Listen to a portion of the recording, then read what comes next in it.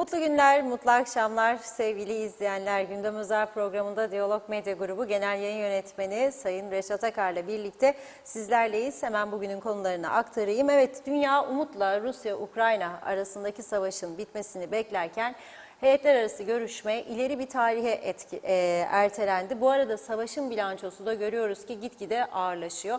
Tabii bunun tüm dünyaya da ciddi anlamda etkileyen etkileri var. Başında da petrol geliyor. Bizdeki yansımalarına değineceğiz. Malum elektrik, akaryakıt hep konuşuyoruz. Zamlı tarifeye geçtik. Eleştiriler, tepkiler ardı arkası kesilmiyor. Dün Otelciler Birliği Başkanı Dima Çağıner değerlendirme yapmıştı. Bugün de Sanayi Odası'nın açıklamasını sizlerle paylaşacağız. Tabii biz de sanayide üretim yapan tesislerin işletmecilerine mikrofonlarımızı uzattık. Neler söylediler paylaşacağız. Röportajlarımız var. Son olarak da bugün güneydeki siyasi gündemi ele alacağız. Oldukça yoğun. İsrail Cumhurbaşkanı adaya geldi. Rum yönetimi lideri Anastasiadis'in Suudi Arabistan ziyareti var. Hepsi ve daha fazlasıyla sizlerle birlikteyiz. Tabii sizlerin de yorumlarını, sorularını bekliyoruz. Evet Reşat Bey, merhaba. Merhabalar Funda Hanım. Herkese hayırlı günler dileyerek başlayalım. Tabii hayırlı bir gün olduğu şundan belli, yağmur yağıyor bugün. Tüm adaya olmasa da bazı bölgelere güzel yağışlar oldu. Meteorolojinin verdiği bilgiye göre önümüzdeki günlerde de devam edecek. Çiftçiler de zaten yağışların Mart ayında devam etmesinin çok önemli olduğunu vurgulamıştı. Yani yağışlar Mart'ta da devam ederse ekinler bu sene gayet iyi olacak ve dolayısıyla devlet de ne olacak? Kuraklık parasından kurtulmuş olacak. Çünkü geçtiğimiz yıl kurak bir yıldı ve devlet çiftçileri tamamını olmasa da önemli bir kısmını tazmin etmişti. Bu da bütçeden önemli paranın çıkmasına neden oluyor. Yağış olursa tabii ki kuraklık olmaz, devlet de tazminat ödemez, köylünün de yüzü güler. Üretim açısından da arpa üretiminin yaygın olduğu bir ülkede yaşıyoruz. Hiç olmazsa hayvan yemleri açısından çiftçiler, köylüler önemli bir ürün elde etmiş oluyorlar. Ama öte taraftan bu Rusya'nın Ukrayna'ya karşı giriştiği askeri harekat nedeniyle bütün dünya değilse bile en azından bizim ilgilendiğimiz anavatan Türkiye daha fazla ortaya çıkacak olası buğday krizini konuşuyor. Çünkü ilk günde söylemiştim buradan, Türkiye buğday ihtiyacının %85, yaklaşık %85'ini Rusya'dan, 15'ini de Ukrayna'dan sağlıyordu. Şimdi bu savaş sonrasında ne olacağını kestirmek zor ama görünen başka bir şey var. Bu savaşın yarattığı ve yaratacağı krizin boyutları oldukça fazla olacak. Sadece gıda açısından değil, Türkiye ve tabii ki dolaylı olarak Kıbrıs'ın her iki kesimini, daha fazla Rum kesimini turizmde çok etkileyecek. Rusya'da bugün halka yapılan bir çağrı vardır. Neden dolayı? Rusya'ya hava sahasını AB üyesi 27 ülkenin kapatması sonrasında, tabii başka ülkeler de var, Kanada var, başka ülkeler var. Türkiye'nin bu konuda henüz bir kararlılığı yok. Olacak mı olmayacak mı belli değil. Türkiye hem Rusya hem Ukrayna ile ilişkilerini iyi tutmak istiyor, öyle anlaşılıyor ki doğru siyaset de herhalde budur. Ama öte taraftan bugün Türkiye'deki turizmcilerle yapılan söyleşiler vardı. Onları dinlemiştim. İlginç. Şu an itibariyle eski rezervasyonlarda bir iptal olmadığı, ancak yeni rezervasyon da yapılamadığını söylüyorlardı. Dün farkındaysanız bizim burada Otelciler Birliği Başkanı Dima Çağıner'in açıklamasını gündeme getirmiştik ve daha sonra canlı telefon bağlantısı kurmuştuk. Pandemi sonrasında savaşın başlamasından hemen sonra Kuzey Kıbrıs'ta yüklü miktarda elektrik zammı elbette turizmcileri, otelcileri umutsuzluğa düşürmüştü ve Dima Bey buna dün sert bir tepki göstermişti. Hükümete çağrı yapmış, geliniz anahtarlarını size teslim edelim otellerin, siz çalıştırın demişti. Tabii şimdi siyasiler bu açıklamaya tepki gösterebilir, Dima Çağıner'i eleştirebilir, onu kara listeye alabilirler. Ama o da bir örgüt başkanıdır ve aynı zamanda bir işletmecidir. Yaptığı yatırımların karşılığını bekleyen bir işletmecidir. Çalış çabala, tam verimlilik zamanında bütün eldekini tüket ve umutsuzluğa düş. Yani bu son derece önemli bir konudur. Böyle ortamlarda, savaş ortamları, ekonominin olumsuz yönde etkilendiği ortamlarda devletler ne yapar? Sektörleri teşvik eder, destekler ki tamamen iflas noktasına gelmesin. Ama bizde öyle olmadı. Hükümet de bir yerde yılların birikimi nedeniyle, yani elektrik zammını beklete beklete elektrikte alternatif üretim modellerine geçilmediği için ve borçlar da biriktiği için ne yaptı? Hemen okkalı bir zam yaptı. Bu zam vadelere yayılamaz mıydı? Evet. Devlet zaten borçlanıyor. Zaten ciddi miktarlarda bütçe açığı var. Daha fazla borçlanıp sektörleri bir süre daha destekleyebilirdi, vatandaşlarımızı da, ve bunu kademeli bir şekilde yayabilirdi. Fakat öyle olmadı. Bir anda %400'lere varan oranda bir artış getirildi. Ve bu ne olacak? Hayatımızı çok ciddi bir şekilde etkileyecek ve birçok sektörün de ya zarar etmesine ya da kapatmasına, kepenk indirmesine yol açacak. Bu belli. Şimdi bakıyorum Türkiye'deki turizmciler diyor ki şu an yani rezervasyonlar bir haftadır durdu diyorlar. Rezervasyon hiç yok. Daha önce yapılan rezervasyonların da iptal endişesi var. Yani şu an itibariyle yoktur, iptal diyorlar. Yeni rezervasyon da yok, iptal de yok ama iptal beklentilerinin olduğunu söylüyorlar. Çünkü insanlar savaşta olan insanlar ne diyecek? Rusya'dan da bir çağrı var kendi halkına. Diyor ki bu yıl diyor ülkenizde tatil yapınız.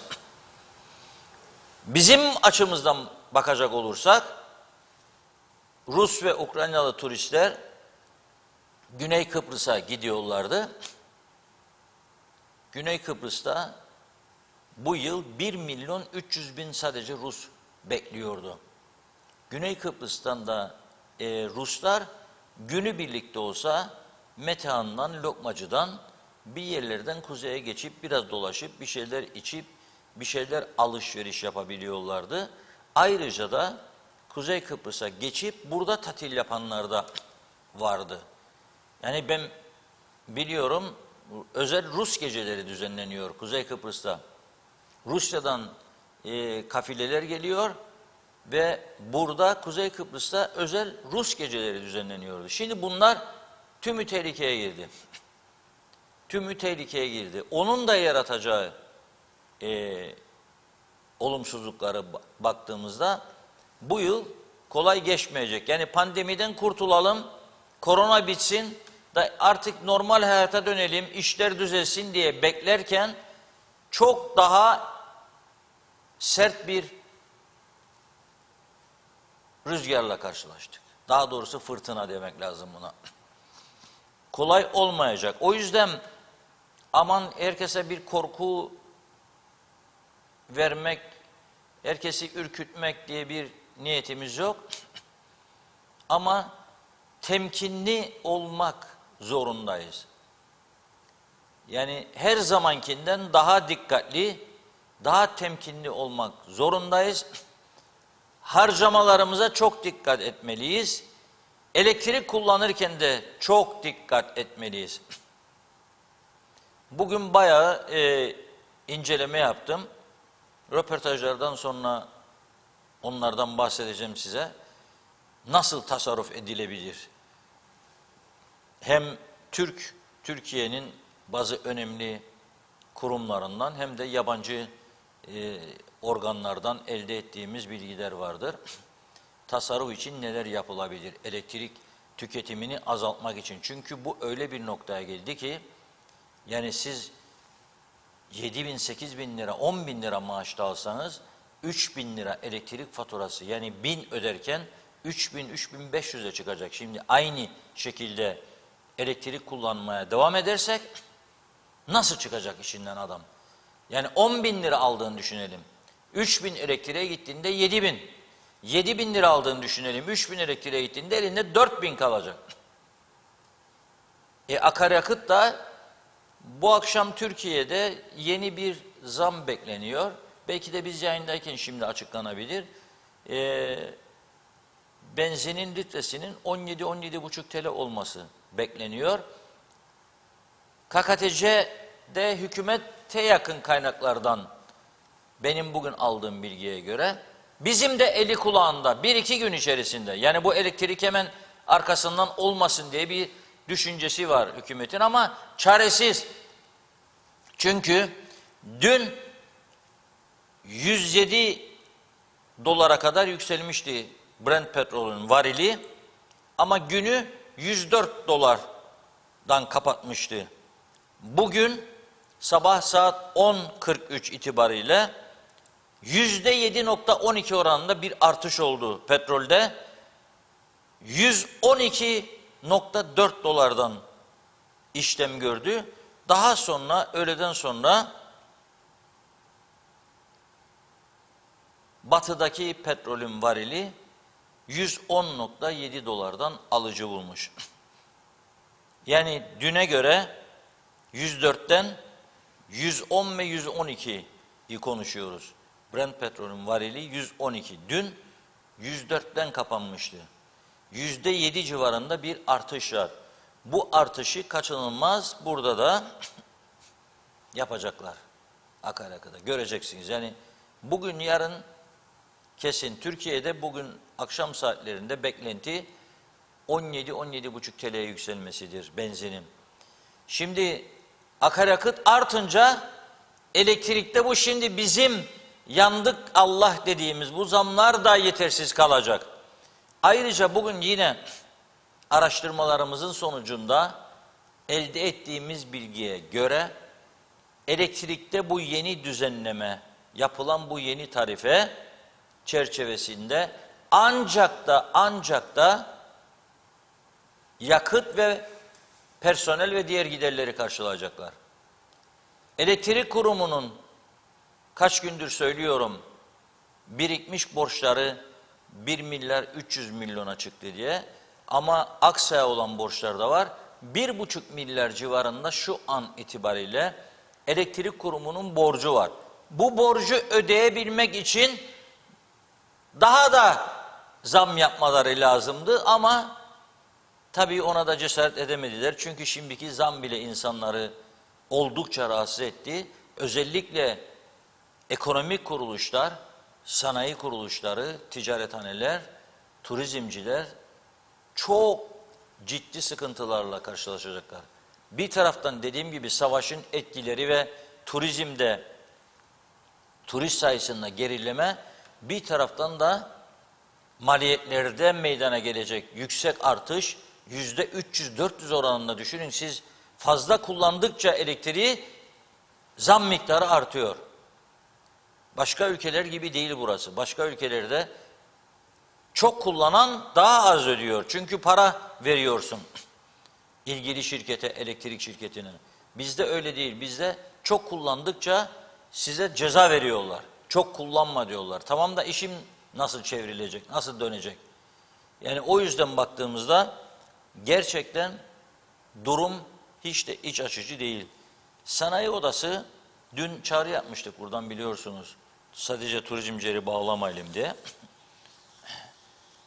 Onlar toplantıdaydı. Toplantılarını uzun süre sürdürmüşler. Saatlerce devam ettikten sonra. Bu defa ne oldu? Bir takım kararlar aldılar. Şöyle diyor Sanayi Odası. Bu elektrik zammı diyor, üretime son vermekle eşdeğerdir. Halkın alım gücünün de yıkımıdır. Bu karar üretimin diyor idam kararıdır. Bakın cümleye bakın. Dün film min sonu gelmiştir demişti. Dima çağı nedir? The end demişti ve bayağı tepki gördü iktidar tarafından. Sanayi Odası bugün daha da ağır bir ifade kullanıyor ve diyor ki bu diyor üretimin idam kararıdır.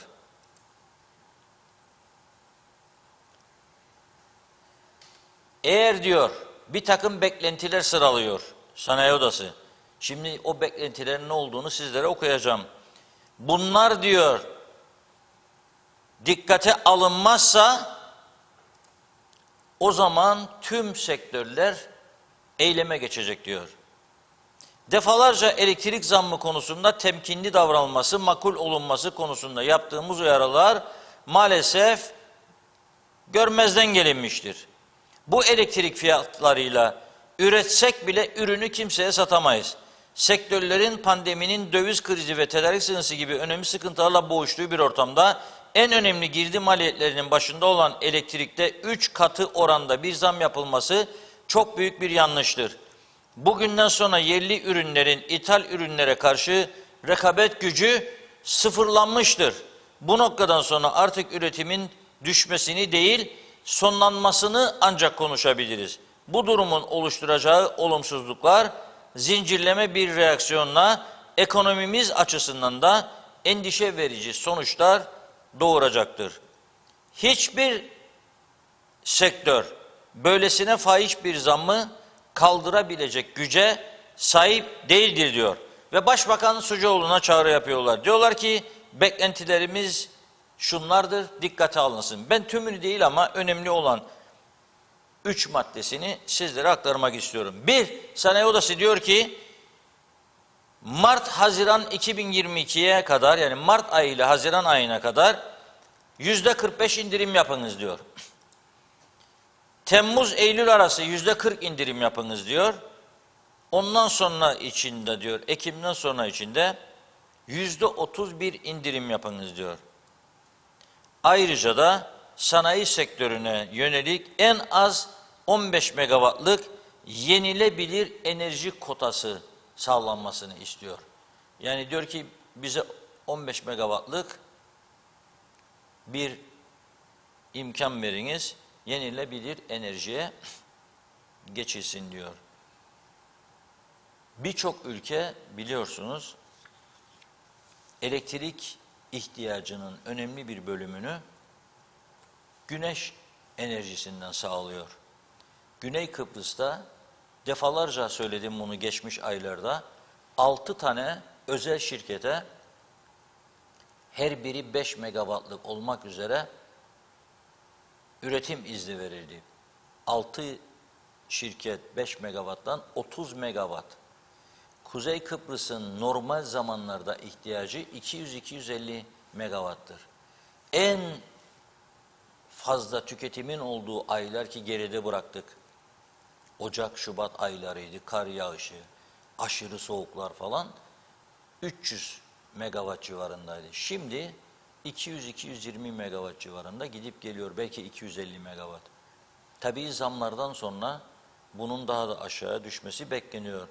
Bu durumda baktığımızda 6 tane şirkete bile verilen beşerden 30 megawattlık güneş enerjisinden elektrik üretiminin ne kadar önemli olduğunu daha iyi anlayabiliriz. Ama şu anda KKTC'nin içinde bulunduğumuz noktada hiçbir farklı bir projesi yoktur. Hükümet de yeni kuruldu, daha güven oyu alacak ve ondan sonra da işlere başlayacak. Yeni hükümet enerji konusunda nasıl adım atacak, ne tür projeler geliştirecek ve kaynağı nereden bulacak son derece önemlidir. Oldukça kritik bir sürece giriyoruz ve ben diyorum ki o yüzden yapabildiğimiz kadar tasarruf yapmak zorunda kaldığımız bir sürece bizi maalesef bu kötü siyaset getirmiş durumdadır. Yılların birikimi bu ülkede sağcısının solcusunun fikir üretememesi, plan program yapamaması, proje üretememesi, tamamen tüketime dayalı bir ekonomik modelle ülkemizi yönetmeleri, tamamen keyfi kararlarla toplu sözleşmeler yapmaları, personel alımları iflas noktasına getirdi. Her seçim dönemi elektrik kurumuna personel, her seçim dönemi diğer devlet kurumlarına, Kooperatif Merkez Bankası'na bağlı kurumlara, vakıflara, her tarafa personel yığdılar. Ve sonunda ülkeyi batırdılar. Bu bugünün sorunu değildir. Yılların birikmiş sorunudur. Batırdılar resmen burayı. Göz göre göre batırdılar. Şimdi o öyle, bu böyle söylemesin. Hep birlikte batırdılar. Bir türlü bu elektrik kurumunun geleceği konusunda karar veremediler. Bir türlü. Herkes bir tarafa çekti. Bir de tabii dediğim gibi sendikalara teslim olma durumu var bu ülkeyi yönetenlerin. Sendikalar ne istediyse onu yaptılar. Aman ben kötü olmayayım, aman ben kötü olmayayım. Niye olacaksın? Sendikayı senin ikna kabiliyetin varsa, senin daha iyi bir projen varsa sen sendikayı ikna edeceksin. Senin sendikanın seni idaresini alması diye bir durum yok. O senin idaredeki zayıflığını gösteren bir durumdur. Ama siz bunlara teslim oldunuz. Kendi fikirleriniz olmadığı için, yeni projeleriniz olmadığı için ne geldiyse önünüze kabul ettiniz. Ve hep seçimlik düşündüğünüz kişisel çıkarlar, partisel çıkarlar. Bugün gelinen nokta odur. Ve resmen acınacak bir duruma gelmiştir bu ülke. Herkes kan ağlıyor. Şimdi şu anda ben de sizlerle birlikte izleyeceğim. Bakınız kameraman arkadaşımızı, muhabirimizi, Ömer Kadiroğlu'nu gönderdik bugün. Dedi ki bizim de bulunduğumuz bu sanayi bölgesinde bir gezinti yapın bakalım. Ne diyor işletmeciler? Nasıl karşıladılar bu elektrik zammını? Ben de şimdi sizlerle birlikte izleyeceğim bunu. Sonra da üzerine konuşacağız. Elektrik konumuz, ne kadar elektrik faturası ödüyordunuz? Ortalama 3'e yakın bir şey ödüyorduk. Bu zamlardan dolayı artık 8-10'u göze alacağız. 8-10'u göze alacağız. Evet. Peki nasıl yansıyacak işlerinize bu maliyetlere? Maliyetler abi her taraftan yansıyor. Zaten günün sonunda yaklaşık bir 4 hafta oldu. Sadece şeyle geçiniyoruz, fiyat vermeyle. Bir de elimizde kalan yarım işleri toparlıyoruz. Ham maddeye zaten zamlar belli. Dövizin üstünde, yani dövize yapılan zamın %27'sinin üstünde artış oluyor ham maddeye. Dolayısıyla işçi yatırımı bir taraftan, elektrik de böyle olunca elimizdeki işleri toparlayıp kapatmayı düşünüyoruz mahalleye. Herkes işsiz kalacak, yapacağımız bu. Evet. Yüzde kaçını etkiler sizce bu sanayicilerin, yüzde kaçını etkiler bu durum? Yüzde ne kadar koydularsa bir o kadar da etkiler. Yani hiçbir insan demezsin ben etkilenmem. Herkes etkilenecek. Elektrik faturamız sanırım 6-7 bin TL bir aylık tüketimimiz var ortalama olarak. Fakat bu son yapılan zamlardan sonra 3 katı falan olacağını düşünüyorum. Bu da yaklaşık bize 20 bin TL'lere mal olacak. Dolayısıyla fiyatlarımıza yansıyacağını düşünüyorum. Yansıyacak maliyetlere Evet, evet. Bu maliyetlere yansıdığında bu durum işlerinizi etkileyecek mi? Onu öğrenmek istiyoruz. Mutlaka işlerimizi etkileyecek. Zaten dünyada ham madde sıkıntılarından dolayı bizim işlerimizde kullandığımız işte alüminyum profil fiyatları %100'ün üzerinde döviz bazında artmıştır. Bu noktada yetkililerden beklentiniz nedir? Yetkililerden beklentimiz biz sanayicileri teşviklendirip veya elektrik tarifelerini bizlere aşağıya çekmesi. Destek. Evet, destek. Normalde geçen yıl 6 ay öncesine kadar 300-400 bin TL arasında ödüyordum. Şu anda hemen hemen 2 katını geçti. Bu zamlardan sonra beklentiniz nedir? Artık şaşkınız. Beklentimiz yok. Her şeye zam geliyor. Malzemeye günübirlik zam geliyor. Yani haftalık bir ürüne hemen hemen 2 sefer, 3 sefer zam geliyor. Müşterilere de ne diyeceğimizi bilemiyoruz. Onun için iş verimimiz, imalatımız hemen hemen %80 düştü. Ne markete gittiğimiz zaman, ne malzemecimize gittiğimiz zaman, tedarikçimize fiyat sormuyoruz. Direktman şunlar lazım diyoruz. Ne alırsak yani bayağı etkiliyor. Kazancımız sıfır. Sigortamızı, ihtiyaç sandıklarımızı, elemanlarımızın parasını zor ödemeye başladık. Ve elektrik, size şunu samimiyetimle söyleyeyim. Yani kesilmek üzere zor yetiştiriyoruz. Burada ATM vardır. O şekilde yani hayatımızdan hiç memnun değiliz ama ne olacak bilemiyoruz. Kıptek müdürü bir açıklama yaptı. Vatandaş kabarık fatura istemiyorsa tasarruf yapsın şeklinde bir açıklaması oldu. Siz bu atölyede tasarruf yapma gibi bir durumunuz söz konusu mu? Tabii ki tasarruf yapma olur mu? Elektrikleri bile 4 tane çalıştıracağımıza bir tane 2 tanesini yakıyoruz. Devamlı elektrik tasarrufu yapmak istiyoruz. Çünkü yetişilmiyor. Yani suyu pahalı, elektriği pahalı. Yani ada artık ben Türkiye'liyim. Adaya geleli bayağı bir oldu ama buradaki gibi fiyat artışını görmedim. Akaryakıtına yetişemiyoruz, elektriğe yetişemiyoruz. Zamlar belimizi büktü. Yani kazanç denen bir şey kalmadı. Günü kurtarmanın peşindeyiz. Evet. Zarar etmeden o şekilde nasıl yürüyebiliriz? Bunların hesabını yapıyoruz. Yetkililerden beklentimiz gerçekten yani irili ufaklı, büyüklü küçüklü esnafı desteklerse çok memnun oluruz. Çünkü hepimiz burada birimiz hepimiz için yani zarar etmeden bir kazanç peşindeyiz. Yani çok büyük kazanç değil. Normalde ya değilse bu şekilde giderse esnaf arkadaşlarımız mal alıyor, ürün alıyor. Birbirimize ödemelerimiz gecikiyor. Haliyle o gecikince biz karşı tarafa ödeme yapamıyoruz. Bayağı bir sıkıntılar doğurmaya başladı. Bu da Adana'nın nüfusu küçük olduğu için çok büyük bir kayıba engel teşkil eder.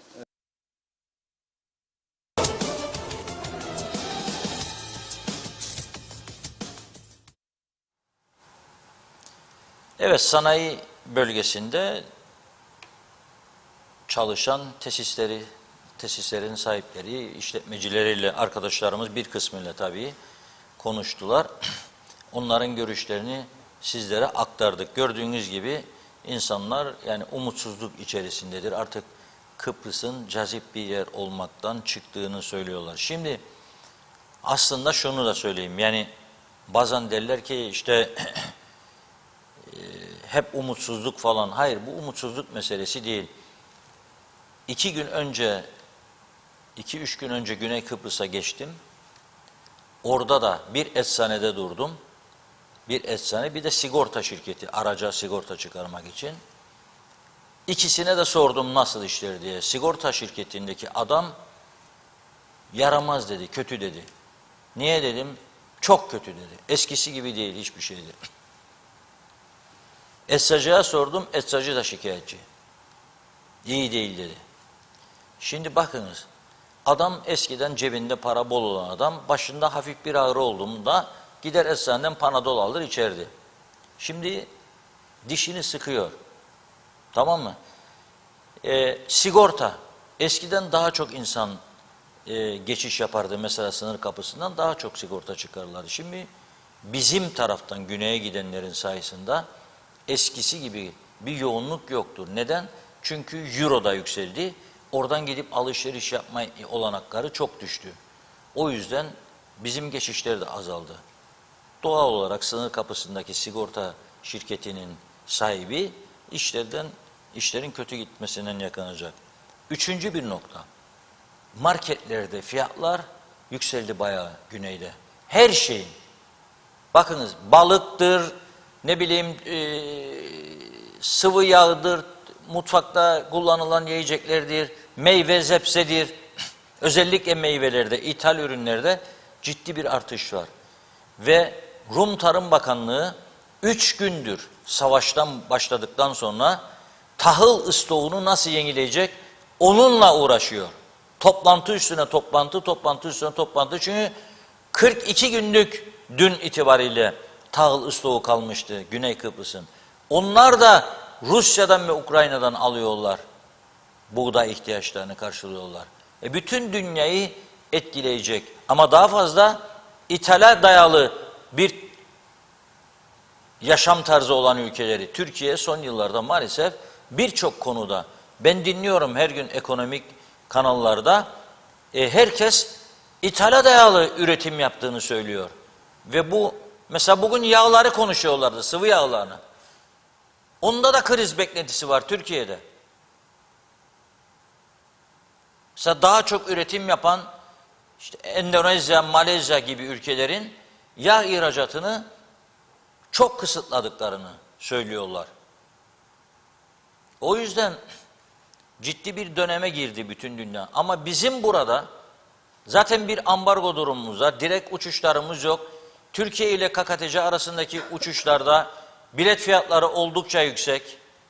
Bu yüzden baktığımızda ciddi bir sıkıntı var Kuzey Kıbrıs'ta. Yani diğerlerine nazaran daha fazla sıkıntı var. Bakın Rumların ambargo yok, direkt uçuşları var ama bu Rusya ve Ukrayna arasındaki kriz onları da fena vuracak. Şimdi düşünüyorlar 1.300.000 Rus turist bekliyorlardı bu yıl. 2022. Şimdi o turistler gelmeyecek. AB üyesi oldukları için hava sahasını kapadılar. Günde ortalama 3 tane uçak iniyordu sadece Larnaka'ya. Moskova'dan. O uçak seferleri de durdu. Yani onun açığını nasıl kapatacaklarını düşünüyorlar. Bizim tarafta ise şu an itibariyle bir durum yok. İlginç olan bir şey var. Dün akşam arkadaşlar geç vakit söyledi bana. 150 Alman turist gelmişti. Biz haber konusu oldu, sevindik. Kış turizmi kapsamında 150 Alman turist geldi diye sevindik. Bu çark dönmez ki onunla. 2021 yılı otellerde ortalama doluluk oranı %26. Nasıl? Bir de bu kriz bindi üstüne şimdi. Bu yıl kaç olacak? Ulaşım yok. Ve dün Otelciler Birliği Başkanı açıklamıştı. Larnaka'ya kaydı yabancı turizmde. Şimdi bugün bilgi alıyorum. Başka bir sıkıntı da. Bizim tarafta Kıbrıs'ın kuzeyinde yaşayan özellikle İngilizler ve Almanlar ülkelerine giderken yani tatil maksatlı gidecek dönecek hayvanlarını beraber götürüyorlar. Köpeği var, kedisi var. Şimdi Türk Hava Yolları bir süreden beri bunlardan kabul etmiyor. Hayvan kabul etmiyorum diyor. Neden? Çünkü işte İstanbul'da transit beklerken hayvanları barınacağı, hayvanların alınacağı bina hazır değil gerekçesiyle. Bu insanlar ne yapıyor? Bunlar da güneye kayıyor. Dikkat edelim. Bakınız. Hiçbir şey tesadüf değildir ha. Yani savaşın olacağını Anastasiadis bilmezdi belki ama Kuzey Kıbrıs'ın güneye bağlı olmasını sağlayacak adımları atmasını iyi bildi. Çünkü baktı ki pandemi sürecinde bizim ekonomimiz o tarafa nazaran daha fazla çöktü. Onlardaki zararı Avrupa Birliği fonlarıyla karşıladılar. Baktı gördü ki bizde o da yok. Baktı gördü ki bizde IQ çok yüksek. Çok zeki insanlar var. 8 ayda bir hükümet kuruyoruz. 10 ayda bir hükümet kuruyoruz. Adam dedi be bu Türkler çok akıllı. Ben bunlara karşı bir tedbir alayım ki çökerdeyim dedi. 8-10 ayda bir hükümet, 8-10 ayda bir bakan, müsteşar, müdür değişiklikleri. Bunlar korkunç bir toplum ya. Ben bunları yavaş yavaş çünkü ekonomimizin çökeceğini biz bilirdik. Onu nasıl bilmesin? Bizden daha iyi hesaplama, kitaplama yapıyorlar. Biz görüyorduk. 8-10 ayda bir hükümet değişikliği, her hükümet değişikliğinde kriz, elektrik santrallarının bakımsız kalması, elektrikle ilgili yolsuzlukların soruşturulmaması. Bir bakan diyor, ben bunu soruşturmadan yeni ihaleye izin vermem diyor. Öteki de diyor, bunlara sen izin vermezsen bunlar bakımsız kalacak. Çalışmayacak jeneratörler diyor, nitekim çalışmadı bazıları. Akaryakıt krizinde neler oldu biliyoruz. Bakan dedi ki çok vurgun var dedi. Onlar dedi kirli yakıt getiriyor dedi. Ve bunlar birikti. Adam gördü dedi ki çağırın gelsin burada işlesin. Yabancıları çalıştıracağıma dedi.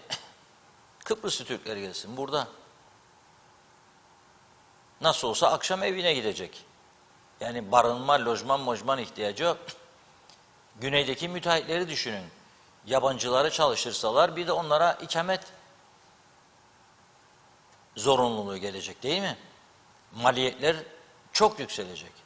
Burada şimdi Kıbrıs Türk tarafından gider adam akşam evine döner. İnşaatlardan daha çok adam çekiyorlar.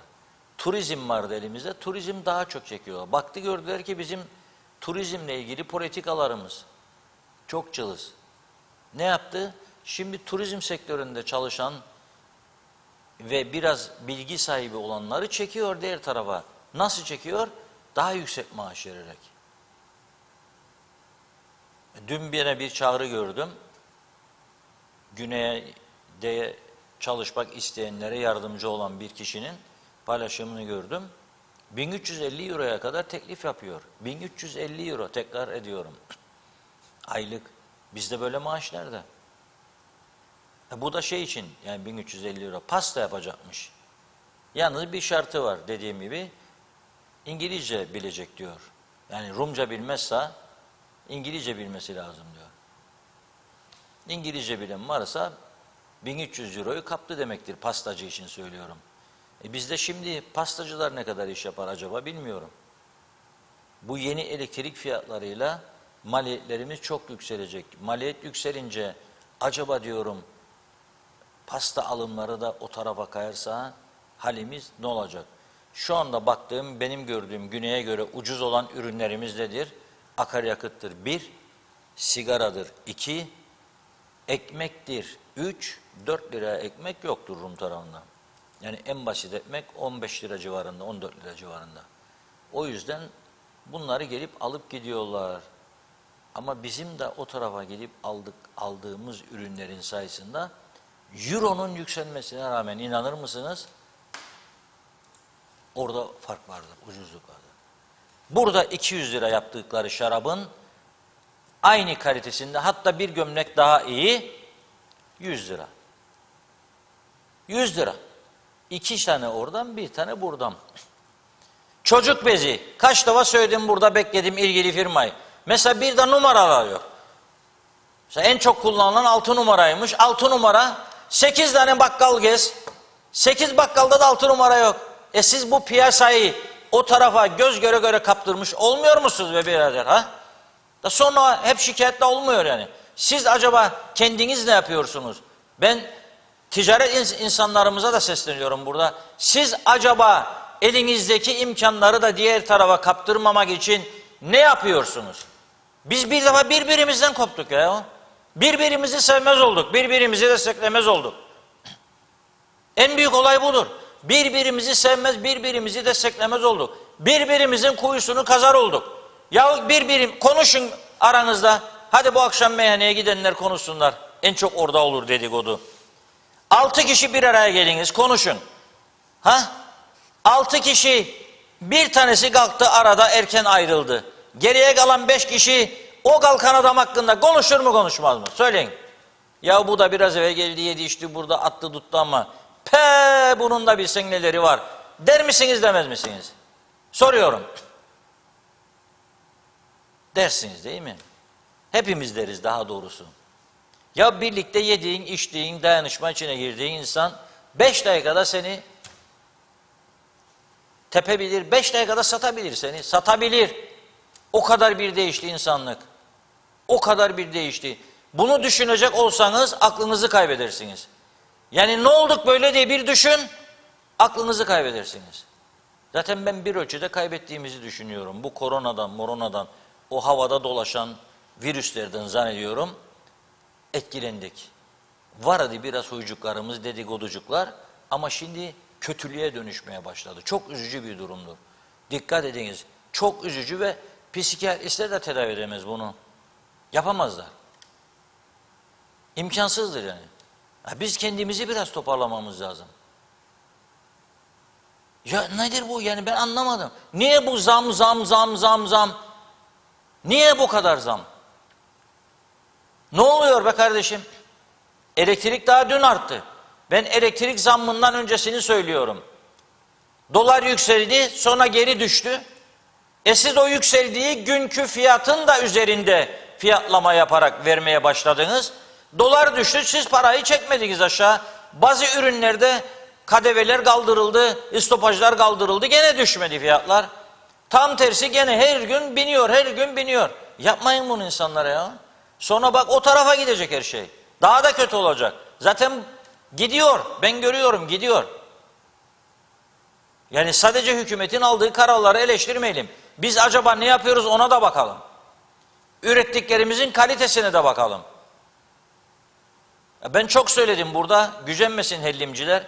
Hellim yiyemez olduk ya artık. Bazı bir iki ürün dışında Yok. Bu arada Sütlüce muhtarına teşekkür ediyorum. 2 tane hellim gönderdi geçen gün. Uzun zamandan sonra böyle ağız tadıyla hellimmedim. Bir de Savaş Bonansel getirmişti Kozanköy'den. Onun hellimleri de gayet güzeldi ama dediğim gibi eski kaliteyi arar olduk hazır marketlerden satın aldığımız hellimlerde. Biz kaliteye bağlı. Bak Rumlar neyi tartışıyor? %50-50 demiş Avrupa Birliği. 50 inek sütü, 50 keçi koyun sütü olacak. Ve Rumlar bağırır şimdi. Olmaz diyor. %23 keçi koyun, gerisi inek sütü diyorlar. Bizde kaçtır acaba? Naimoğulları bugün buradaydı. Sonra bana geldi. Unuttum sorayım. Ama daha önce sorduğumda %5 bile değildir derlerdi bana. Çoğu %5 bile koymaz. Çünkü neden? Keçi sütü daha bağlıymış. Biz de biraz kendimize bakmamız lazım. Yani sadece bizi yönetenlerin yanlış kararlarını eleştirerek bir sonuca varamayız. Yarın çok önemli bir araştırma yapıyorum. Bugün bayağı vaktimi aldı. Tamamlarım bu akşam diye ümit ediyorum. Yarın çok önemli bir konu aktaracağım sizlere. Sizler de şaşacaksınız. Evet Funda Hanım, başlayalım. Evet, mesajlara başlayalım. Bugün bayağı geciktik mesajlara ama bakalım, gördüğüm ilk mesajdan devam edeceğim. Çok teşekkür ediyoruz hepinize şimdiden. Doğan Falyalı evet diyor, satış yapanlar hiç gecikmeden fiyata yansıtacaklar bunu. Enerjiye zam demek, zam koy da korkma demektir diyor. Hasan Nihat Erduran, Kıptek için damga pulu basmayı önerim bence demiş. Erkan Kaya, devlet planlamaları her konuda başarısız. Bu işi yapamıyorsanız dışarıdan yardım alırsınız. Türkiye'de birçok üniversiteden destek ücretiyle alınabilir. Enerji ise enerji, ekonomikse ekonomik planlama, kalkınmaysa kalkınma. Yaptırdığınız planlamaları Türkiye zaten bilimsel olduğunu görünce finanse edecektir. Bu siyasetçilere bırakırsanız Ayşe abla çözer zaten der. Siz de 9 doğurursunuz diyor. İsmet Sencer, harikasınız demiş. Hayırlı yayınlar. Ayşe Güner Mertcan, selamlar güzel ülkem. Her geçen gün daha yaşanmaz bir hal alıyor. Londra'dan Güner Bey yazmış mesajı. Nazime Nalban, soğuk yağmurlu Londra'dan herkese sevdiklerine selamlarını yolladı. Üzüyor diyor bu haberler, ne olacak bu zamlarla birlikte? Gaz tüpler de yine çıkacakmış, zamlar yükselttiler mi, doğru mu? Şimdi elektrikte 3 katı olmuş, eğer böyle sık sık yükselmeler olursa vay bu halkımızın hallerine, böyle nereye kadar? Battıkça durumlar çok iç açıcı da değil, üzgünüm. Şebnem Taran, gece uygun tarife de kalkmış elektrikte Reşat Bey, bu kadar da olmaz, ne yapacağız diyor. Belgin Rıfat, evler için bile sorun olacak. İş yerleri resmen iflas edecek. Büyük restoranlar, oteller, sizler, hatta tüm kesim, kuaförler, butikler, elektrik zammından çok fiyatlandırma şekli yanlış bence. Görevi bitmek üzere olan bir yönetim kurulu başkanı böyle bir karar almamalı. Bu hayati karar yeni bakan, yeni müdür ve yönetim kurulu başkanına bırakılmalı. Acaba açıklarlar mı son dakika, ne kadar kapatabiliriz çabasına mı girdiler? Bence çok yanlış bir fiyatlama şekli diyor. İptal edilmeli bir an önce. Tahir Aköz, Kalkanlı'da her gün top atışı var. Sabah 7'den şu ana kadar devam ediyor. Her gün savaştaymışız gibi top atışlarını duyuyoruz. Sonay Tarsuslu, baştakilerin keyfi yerinde, dünya yansa kimin umurunda diyor. Karınları tok aç kalan halkı mı düşünecekler? Onlar sadece zamları düşünürler. 50 milyar maaşları var. Halkın canı yanar, günahımızı çekecekler, artık nefes alamıyoruz. Ne huzur kaldı ne sağlık, ömür boyu böyle bizlere sıkıntı vermeden duramazlar diyor. Bizler karınları tok, bizler de pandemiden ölmediysek açlıktan öleceğiz. İnsaf artık, uykumuz kaçıyor, uyuyamıyoruz, canımız yanıyor, günahımızı bulsunlar demiş. İsmail Kızılşahin, bu ülke başka bir ülkenin elinde olsa elektrik konusu hiç konuşulmayacaktı. Dünyanın en çok güneş gören ülkesi, güneş panellerine en uygun ülke. Zehra Sencer Karpaz'dan süpersiniz demiş, sevgilerini yolluyor. Teşekkür ediyoruz. Memleketim her geçen gün daha da yaşanmaz bir hal alıyor. Hele de Karpaz bölgesi. Zeki Öçer Londra'dan selamlarını yollamış. Doğan Falyalı, unutmayın diyor, yarasa daima karanlıkta gezer. Lambaya puf dedirtmelerinin sebebi acaba bizi yarasaya mı benzetiyorlar, ne dersiniz? Mehmet Uluçaylı, Sanayi Odası'nın yaptığı önerilerde yenilenebilir enerjiyle üretime geçmesi elzem. Aksi takdirde yurt dışından gelen ürünlerle rekabet edemeyip beraberinde iflas ve işsizliğe zemin hazırlayacak. İsmail Kızılşahin, belediyeler nasıl battı? Hep sorumlu siyasiler. Her gelen personel aldırdı. Mehmet İnancı, 47 yılın mükafatını halka ödeterek madalya hak ediyor bu yönetimler. Üzüldüğün nokta çok iyi niyetli Sayın Sucuoğlu da insanların, gariban halkın yüzünü güldüreceğine inanasım gelmiyor. Dileğim demiş ama yanılırım inşallah. Belgin Rıfat Elektrik Kurumu'nun baştan sona değişim yaşaması gerek. Sendika başkanı işçilerin haklarından sorumlu. Fiyatlama onun işi değil. Eğer batmak üzere olan bir kurum varsa hemen personel azaltımı gerekirse topyekün değişim şart aslında. Kangren olmuş bir bacak kökünden kesilip tedavi etmek en iyisi. Ne demek sendika kurumu idare ediyor? Oldu olacak geçsinler bakanlık koltuğuna, her şeyi idare etsinler demiş. Mehmet Akın Kuzey Kıbrıs kurumları özelleştirmeye gitmezse yakında o kurumların hepsi batacak. Oralarda yan gelip yatanlar dahi, parantez içinde ama diyor çalışanlara sözüm yok diye, paralarını alamayıp kendi sendikalarını protesto edecekler. Onun için özelleştirme şart. Yap işlet devret modeli şart. Ülkenin o kadar zengini var. Boş yere gereksizce beton dikeceklerine yeni yatırımlar bulup ülke değer ekonomiyi güçlendirmeleri lazım. Örnek demiş, baraj yapsınlar, rüzgar pervaneli getirsinler. Enerji artık her zamankinden daha değerli. Kuzey Kıbrıs zor durumda. Halk bunu biliyor ama bir şey yapmıyor. Akrabaya dayalı siyaset bu ülkeye hiçbir şey kazandırmaz. Ancak ülkeyi daha karanlık günlere götürür. Çamsev Çamlıbel. Evet, bizler diyor Çamlıbel'de 6 Mart bu pazar günü ekolojik ürün pazar yeri açılışını yapacağız. Reşat Bey buyurun misafirimiz olun. Bizleri desteklemenizi kalben arzu ediyoruz. Unutulmuş kültürümüzü yaşatalım. Hasan Nihat Erduran çoğu iş yeri otel tesis güneşe geçti. Avrupa Birliği de bizi Enterconnect'e zorlayacak. Türkiye veya İsrail'le ve yeşil enerjinin önü sonsuz sınırsız açılacak ve Yeşilada olacağız yeniden. Nezle olmayacağız, havası toprak temizlenecek, organiğe başlayacağız. Gelecek budur demiş. Kanserojen fosil yakıtlar yasaklanacak çünkü küresel ısınma çok daha tehlikeli. Evet, Mehmet Akın dün güle oynaya karanlıkta bir süre program yaptınız, tebrikler demiş. Haftanın bir günü, tavsiyem diyor size, haftanın bir günü bu zorlu dönemlerde bir komedi programı yapmanızdır demiş. Hikayeler, fıkralar, komedi skeçleri, videolar yayınlamanız olay olursunuz diyor Mehmet Bey. Enver Taşer, evet Reşat Bey, elektrik kurumu batık bir kurum deniliyor peki. Batık bir kurum benim bildiğim personel maaşından indirime gitmekle kısıtlamaya başlar. Benim duyumlarıma göre TEDAŞ'ın bir çalışanının en düşük maaşı 17.500 olduğu söyleniyor. Artı mesaileri de katarsak demiş 20.000. Önce büyük alacaklarını toplasın, hemen kolayına kaçmasın. Zam yapılacaksa uygun bir şekilde yapılır. %300 nerede görülmüş? Kolay gelsin dedi. Hasan Nihat Erduran bizde yağ çok, herkes TSE belgesi almalı, ihracat çalışmalı. Salih Gökpınar uçaklar Ercan'a insin diye kısa ve net bir mesaj yazdı. Ömer Bozkara vezirler soruyorum diyor, kimdir bu duruma düşmemizin sorumluları? Siyasetçiler. Siyasetçiler değil, biz halkız suçlu. Ne ektiysek onu biçeceğiz. 50 senedir aynı kişilere oy veriyoruz, seçiyoruz. Türkiye'nin bu sebebe düşmesinin sebebi nedir? Yine halktır. 20 senedir aynı kişileri seçerler. Şimdi de veren elim kırılaydı, giden ayağım kopaydı der. Bu zihniyette bu halk ezilmeye de mahkumdur. Erdinç Tayman, inanın yalnız değilsiniz demiş. 2019'da bu yana 1+1 dairenin aylık elektrik hesabı 20 sterlinden İngiltere'de 70 oldu.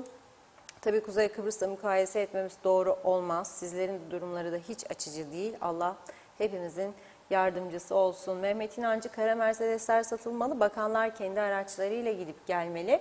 Örtülüler ne demek? Can çekişen bir devlette örtülü ödenek mi olur? Devretsinler hazineye. Reşat Bey. Oytun Andaş, kapılar tamamı açılsın istiyoruz dedi. Kader Akyollar, Gazi Mausa'dan Kader, Türkiye'de suyla elektrik üretirler. Kuzey Kıbrıs'taki hükümet az yesin paraları diyor. Bizimkiler de yapsın, bir işe yarasınlar demiş. Evet, Hasan Nihat Erduran bizi esas batıran Birleşmiş Milletler ve ambargolardır dedi. Nazime Nalbant, savaş olmadan yine çok zam yapılmıştı. Şimdi bu defada çıkınca 2-3'e katlandı. Daha çok memleketi de batırdılar. Bakın şimdi çok şey alamaz durumlara herkes düştü. İnanın böyle bu kadar kimseler de beklemezdi diyor. Para bitti, her şey bitti demiş. Daha neler olacak diyor. Kara kara düşünüyorlar. Umutları da hiç kalmadı. Tadı tuzu da kalmadı demiş. Bu dünyada zor olanlar etkileniyor, zorda olanlar. Daha çok kemerleri sıkmasalar da daha çok sefalet içinde olurlarsa ne olacak demiş. Kimse yardım da yapamayacak. Allah herkesin yardımcısı olsun demiş. Mutlu akşamlar. Evet, Mehmet İnancı kesinlikle konuşulur. Reşat Bey çok haklısınız. Orası KKTC diyor. Dedikodu ayyuka çıktı. Bir iki mesaj okuyup ara vereyim. Mehmet George karşılığı iyi akşamlar, hayırlı yayınlar. Ali Dereseven, elektrik zamlarından dolayı birçok kurumumuzun batacağından bahsedilir duruma gelmişken hala daha değişik elektrik alternatiflerine geçmeyi düşünmemek, dünyanın en pahalı, en kirli elektriğini kullanmaya devam etmeye mecbur olmak demiş. Devam etmeye mecbur bırakılmak çok ama çok düşündürücü. Şahıslar bile güneş ve rüzgar enerji sistemlerini evlerine, iş yerlerine takabilirken hükümet bu konuda bizlere niye öncülük yapmıyor merak ediyorum. 250 kW'dan sonra yapılacak olan bu zamlar hükümet binalarına da yansıtılacak mı dedi. Belgin Rıfat, sürekli yazıyorum ya, Kıbrıs Türk'ünün DNA'sı değişti. Meydanı boş buldular, denetleyen yok. Neden böyle yapıyorsun diyen yok. Tüccar her gün zam yapıyor. Fırsat bu fırsat, kim kime dumduma demiş. Resmen 3 ay oldu faiz Sucuoğlu pahalılığı denetleyecekmiş dedi. Son bir mesaj Fatma Gürer'den okuyayım. Reşat Bey, resmi gazeteye elektrik hakkında yeni nizamname düştü diyor, ilginize demiş. Devam edeceğim. Şimdilik ara veriyorum. Evet Reşat Bey, buyurun. Bu kadar erken mi bitti? Daha 100 tane. Aslında daha var, programı kapatabiliriz. Evet, şimdi tasarrufa yönelmek zorundayız. Bakınız, ben açık söyleyeyim. Bu elektrik zamları geri alınmaz bu saatten sonra.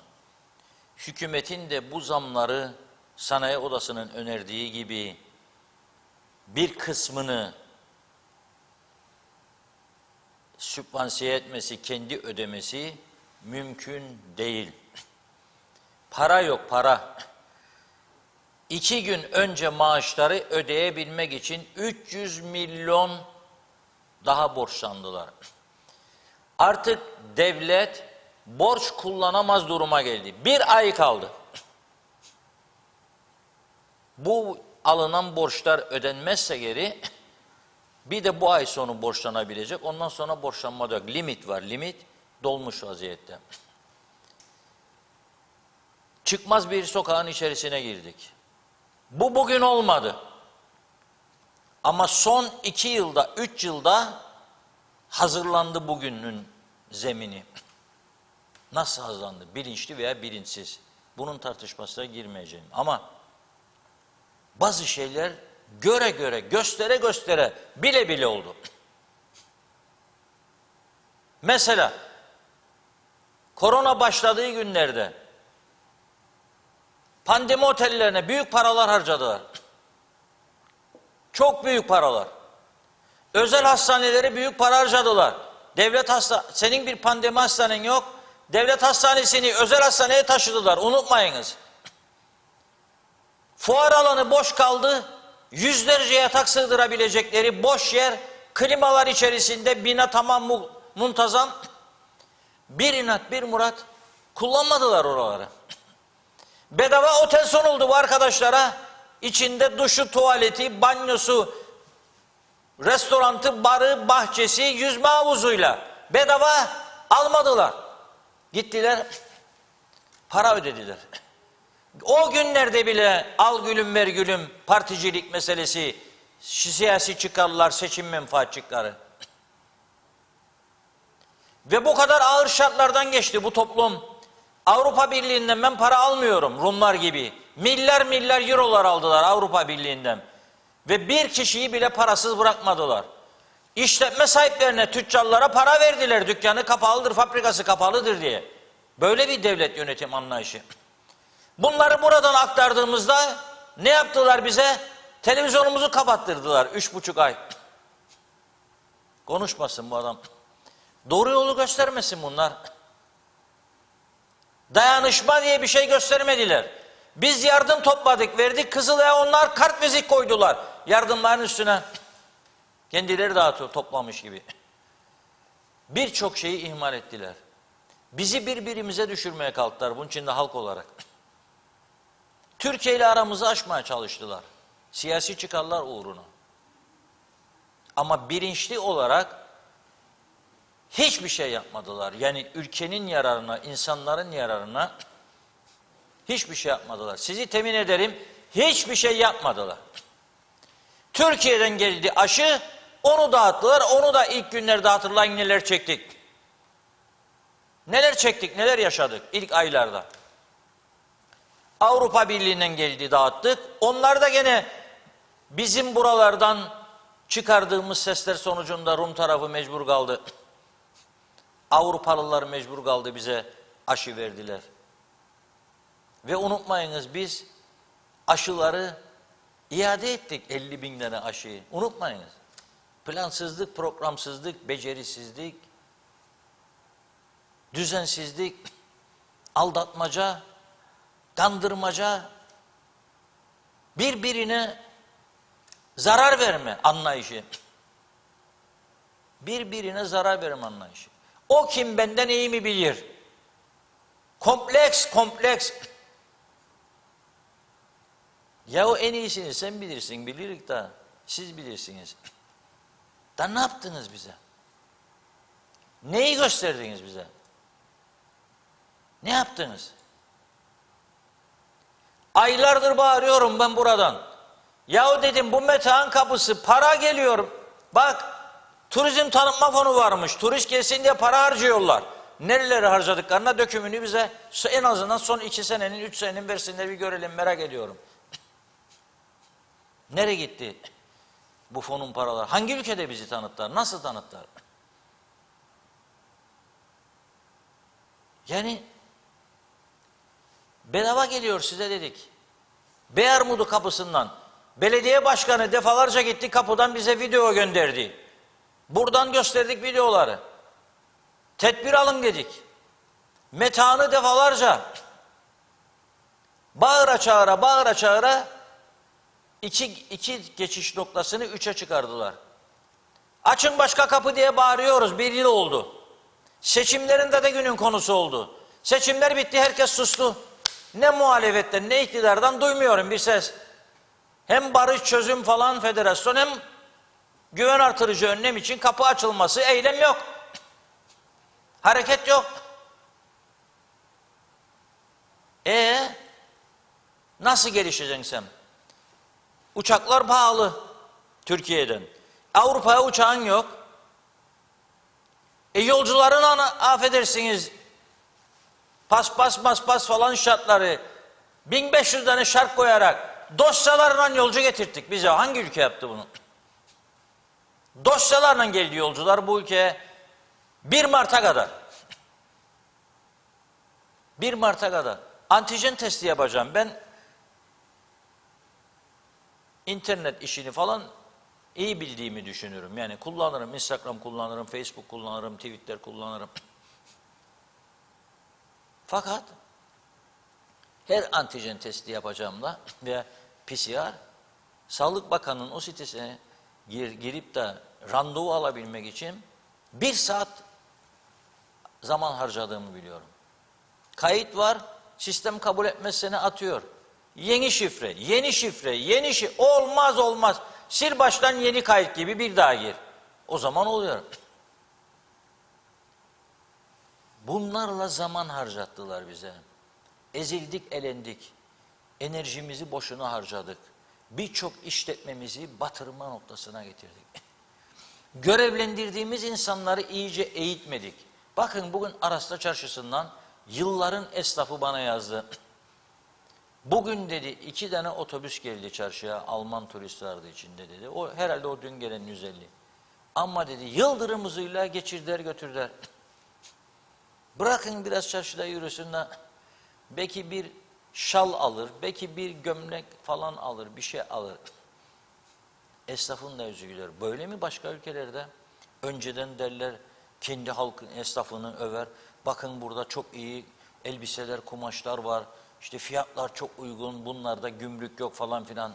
Atın, tutun. Bırakın alsın biraz insanlar. Esnafın yüzü gülsün. Ama eğitimden geçmesi lazım.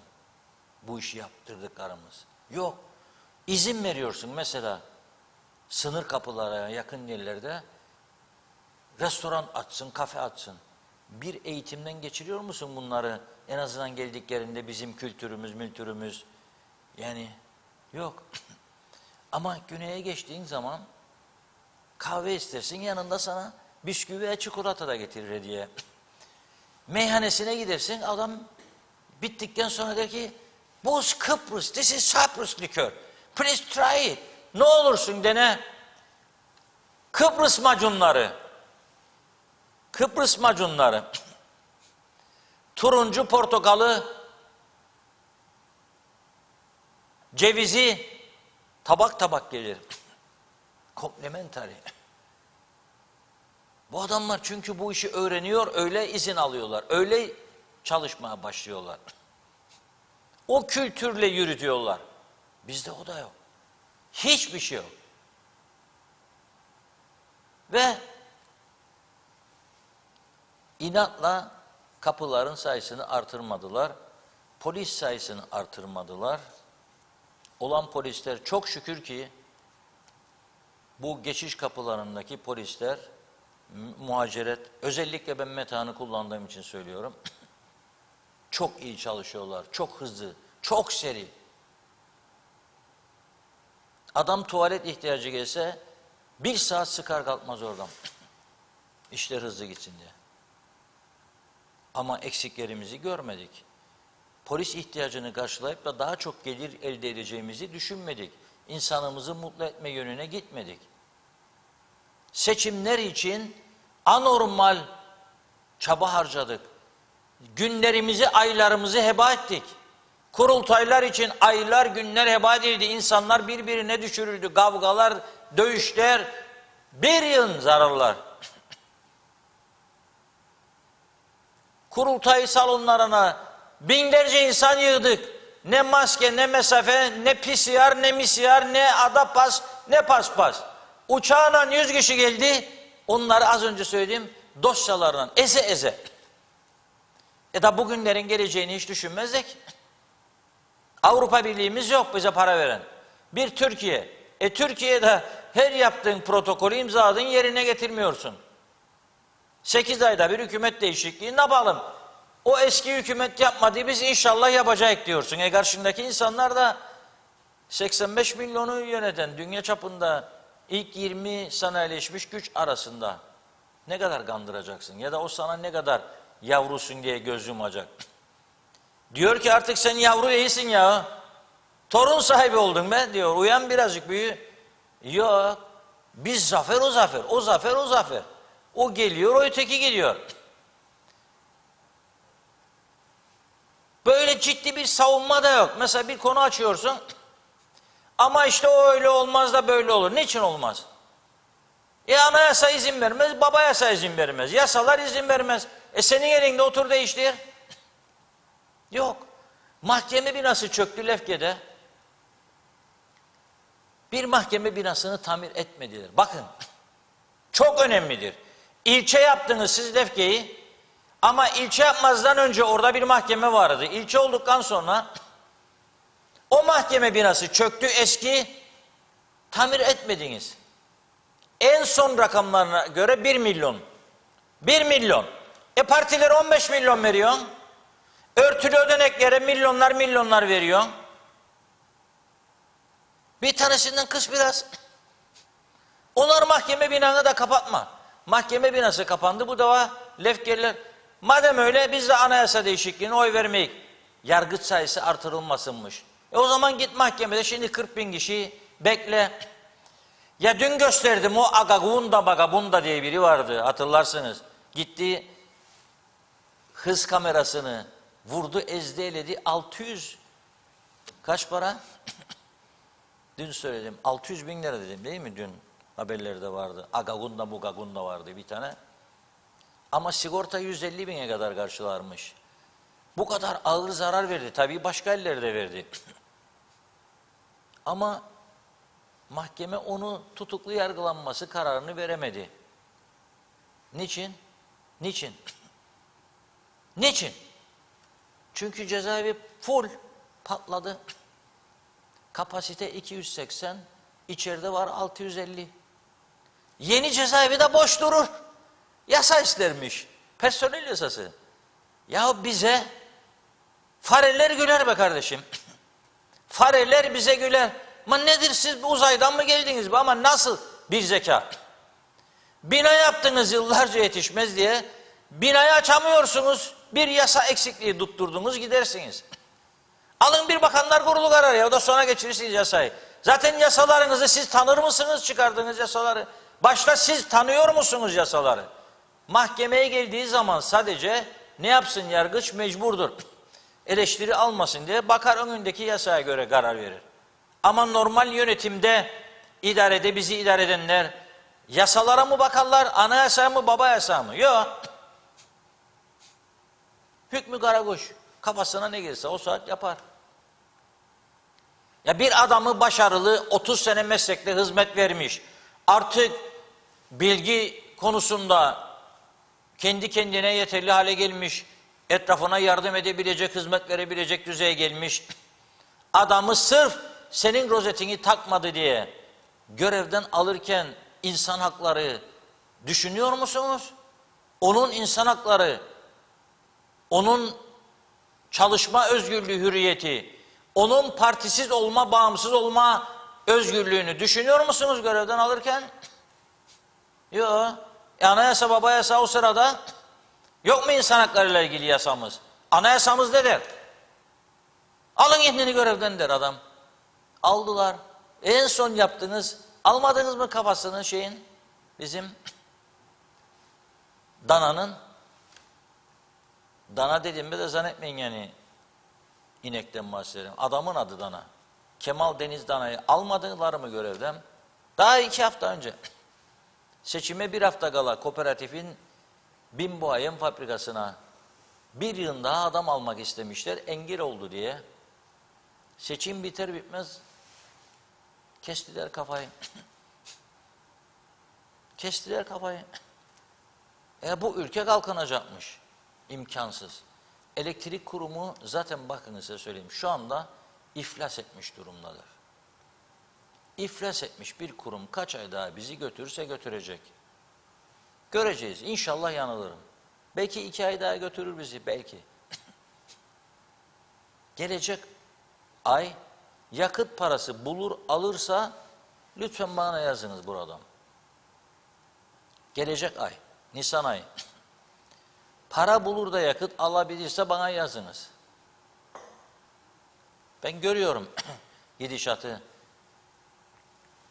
Son dakika, bakın artık yakıt bitmesine 1 saat kala elektrik kurumuna son gelen gemilerden alabilir. 1 saat kala.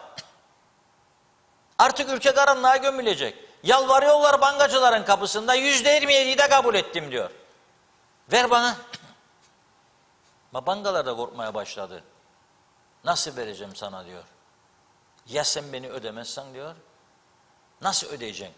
Devlet garantisi diyor. Neyin var senin devletinin garantisi?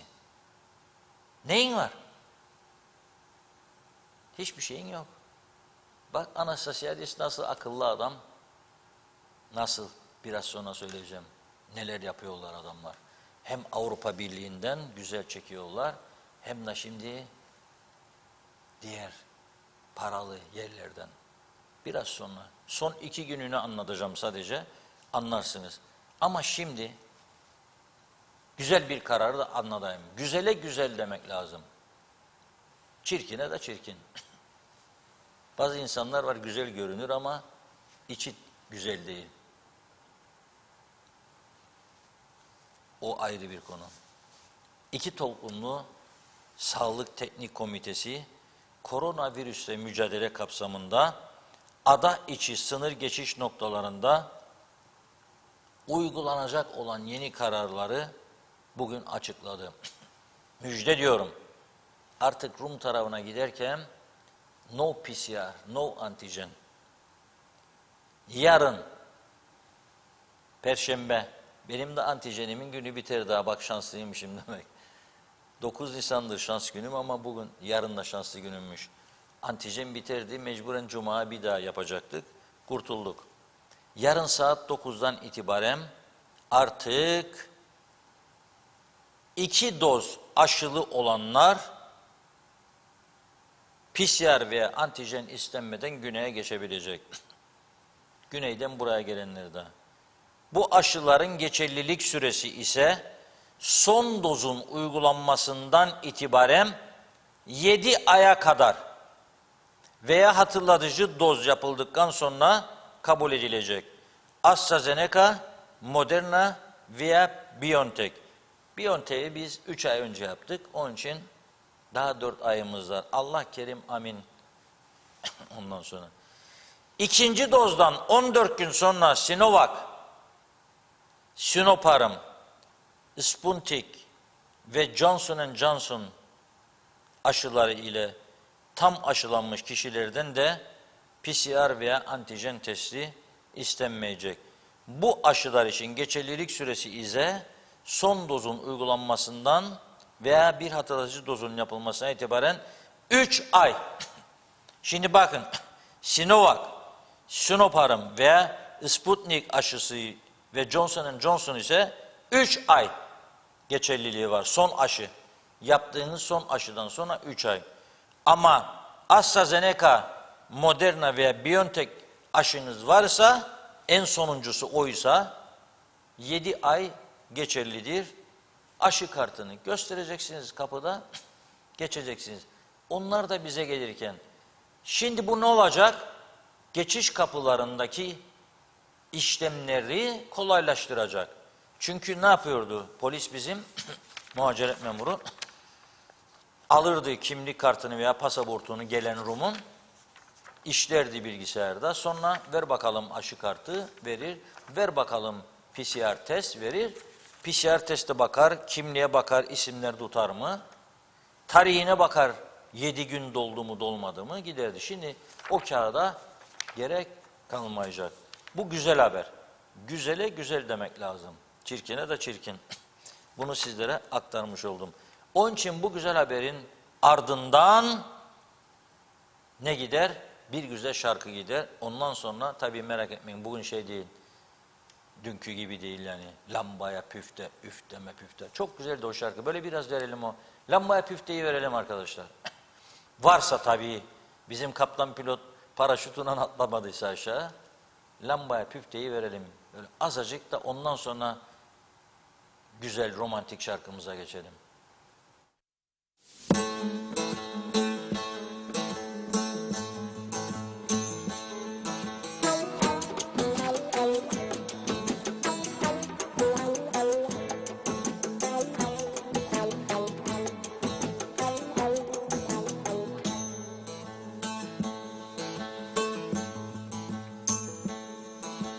Lambaya püfte, oh deme püfte. Perdeyi ört kız, çekme de ört kız.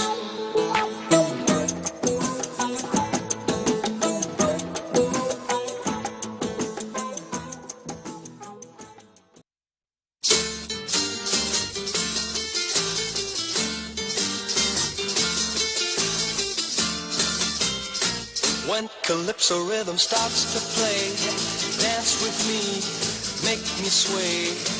Like the lazy ocean hugs the shore, hold me close and sway me more. Like a flower bending in the breeze, bend with me, sway with ease. When we dance and have a way with me, stay with me, sway with me. Other dancers may be on the floor, I got eyes dear to see only you. Only you have that magic technique. When we sway I grow weak. I can hear the sound of violins long before it begins. Make me thrill as only you know how. Sway me smooth and sway me now.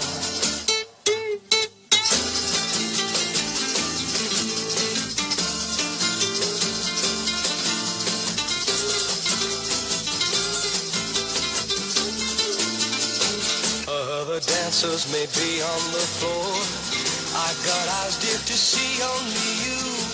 Only you have that magic technique. When we sway I grow weak. I can hear the sound of violins long before it begins. Make me thrill as only you know how. Sway me smooth, sway me now, sway me now, sway me. Sway me now.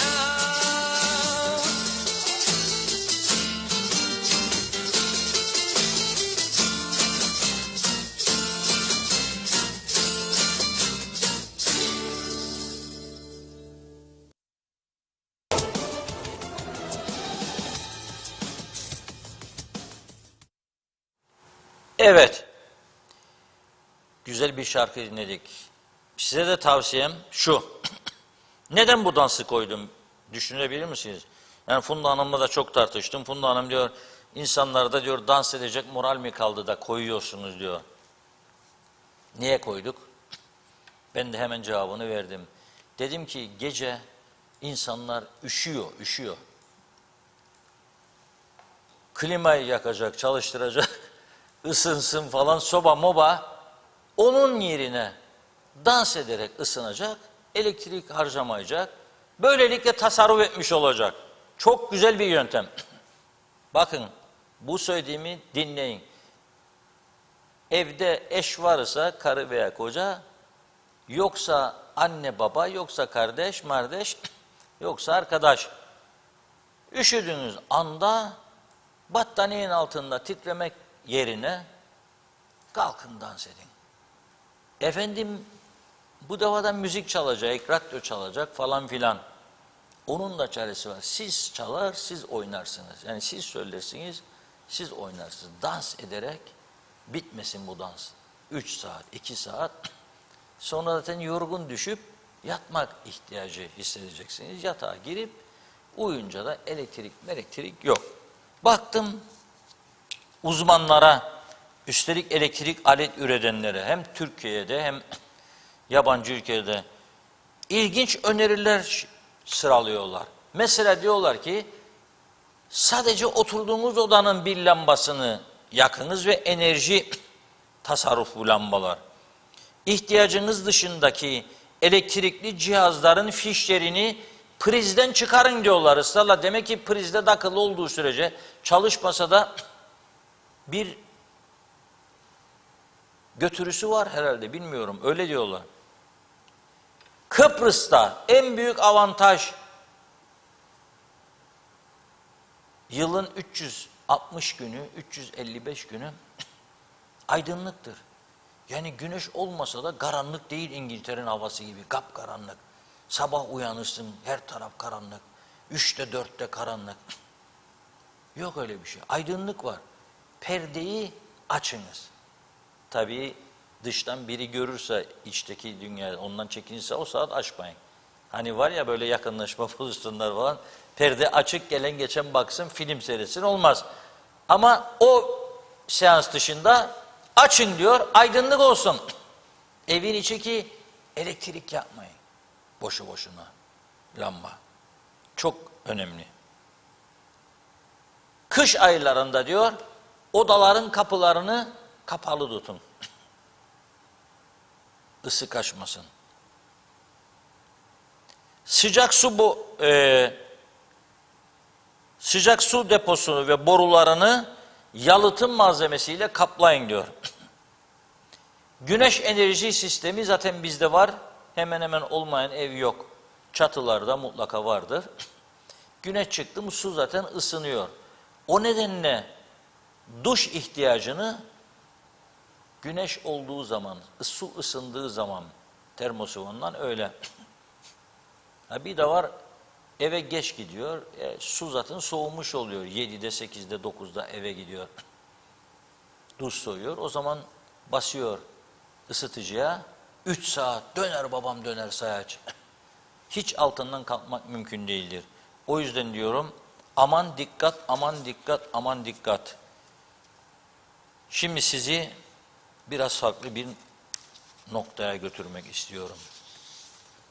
Savaş noktasına değil tabii. Savaşı bütün televizyonlar veriyor.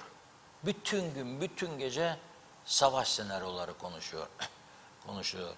Birçok yayın kuruluşu da asparagas haber derler bizde gazetecilikte. Atmasyon, tutmasyon, uzman çıkarırlar, ellerinde değnek, şuraya girer, Rus buraya çıkar, Rus buradan gelir, buradan gider, ordur budur. Ama bu tartışmalar son günlerde Türkiye ile ilgili tartışmalar, bakıyorum Montreux meselesi, Montreux Anlaşması daha yaygın tartışılmaya başladı. Dikkatimi çekiyor. Sonrası ne gelebilir diye. Tahmin yürütmek çok zor. Montreux, bazıları kazıyor, bir şeyler çıkarmaya çalışıyor, bilmiyorum. Ama bir iki tane güvenilir yabancı kanal var. Çok ciddi bir şekilde olay yerinden, sıcak çatışma yerlerinden haberler veriyorlar. Orada insanlarla konuşuyorlar. Onları izlemek gerçekten insanı bilgilendiriyor. Faydalı bir takım bilgiler elde ediyorsunuz. Ama bu savaşın birçok ülkeye ciddi zararlar vereceği tartışılmaz bir gerçek. En fazla da bundan etkilenecek olanlar dıştan mali yardım almayanlar. Türkiye de çok etkilenecek. Birçok konuda bağımlılık nedeniyle. Doğalgaz meselesi var. Elektrik fiyatları zaten Türkiye'de yükseliyor. Akaryakıt fiyatları yükseldikçe Türkiye'de yükseliyor. Bizde de aynı durum. Elektrik fiyatları, akaryakıt fiyatları zaten yükseldiği zaman ne oluyor? Otomatikman her şey pahalılaşıyor ve otomatikman bu pahalılıktan dolayı enflasyon artıyor. Çok önemli. O yüzden akıllı ülkeler, mesela biz Kıbrıs'a geçiyorum şimdi. Biz bu dönemde tam böyle insanlarımıza alternatif bir takım çözüm önerileri getirmek ve ekonomiyi canlandırmak yerine ekonomiyi tam darbeleyici bir adım attık elektrikli. Efendim zorunluydu, mecburduk. Ben de kabul ediyorum. Ne dedim biraz önce? Santral durmak üzere 1 saat kala yakıt alabildiler son 1-2 seferdir. Evet, ben de biliyorum. Bu şekilde yürümeyeceğini de biliyorum. Ama artık oturunuz ve bir karar veriniz. Deyiniz ki kimlerdir borçlu olan, ödemiyor, ödemedi. Onların yakasına sarılıp alacaksınız parasını. Devlet kuruluşa devlet kuruluşu. Gene ne önerilerimiz oldu geçmişte?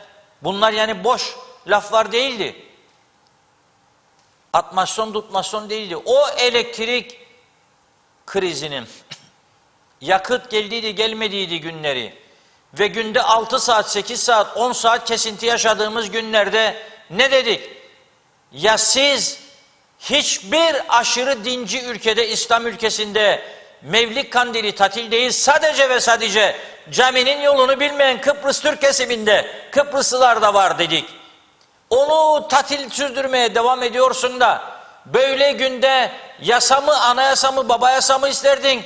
3 gün, 4 gün devlet dairelerini kapalasın. Zaten iş yok çoğunda. Turizm Bakanlığı, turizm yoktu o günlerde. Şimdi de yok. Diğer bakanlıklar. Ne işi var?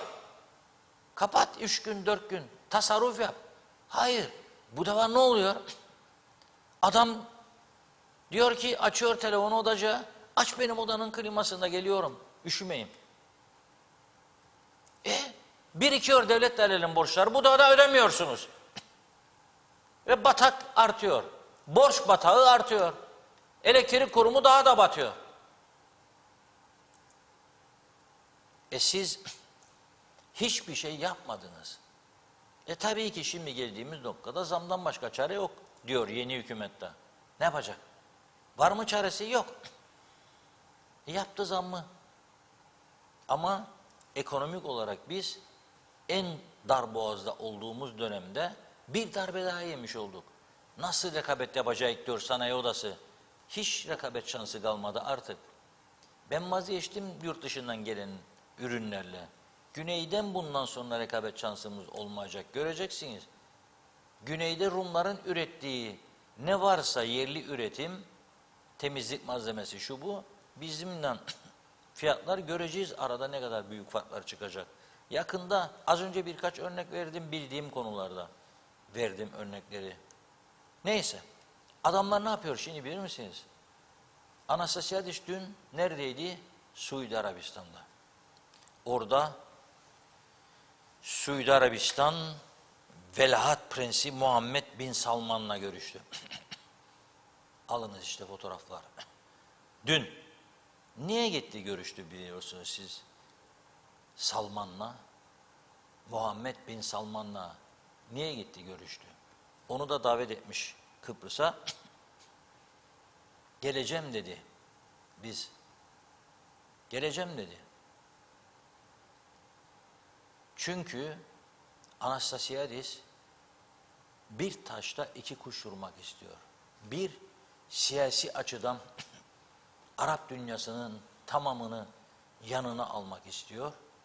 İki, yatırımcı çekmek istiyor. Adamlarda para var. Çekmek istiyor. Bizim burada siyasetimiz neydi? Şimdi mesela Akel Partisi güneyde, Anastasiadis iktidarda sağcı Disi Partisi. Akel Partisi'nin duydunuz mu bir defa bile yatırımcılara karşı tepkisini? Altın pasaportların haricinde kaldı ki altın pasaportlarda kendi partisinin bir milletvekili de rüşvetten gitti, paketlendi. Kendi kendine istifa etti. Mahkemede yargılanıyor şu anda. Limassol Limanı Mısırlı şirkete verildi. Ayernapa'daki yat limanı Mısırlı şirkete verildi. Limassol'da, Larnaka'da İsrail şirketleri çok iş yapıyor. Limassol'da Haziran ayında açılacak olan 7 yıldızlı otel kazino Macau şirketi, Hong Kong kökenli. Duydunuz mu bir tane saldırı? Yaktılar, yıktılar memleketimizi, yok ediyorlar, yabancılar götürüyorlar. Yok, bizde ise proje üretemeyen, ülkenin ayakta durmasını sağlayacak kararlar alamayanlar ancak böyle içte halkı yanlış bilgilendirerek, yanlış kutuplara çekerek siyaset yaparlar. Sol kesim bir federasyon meselesine sarıldı. Ama olmuyor ha. Adamlar yanaşmıyor. Sağ kesimde ana vatan, vatan millet, mehter marşı şu bu. Sen ne yapıyorsun?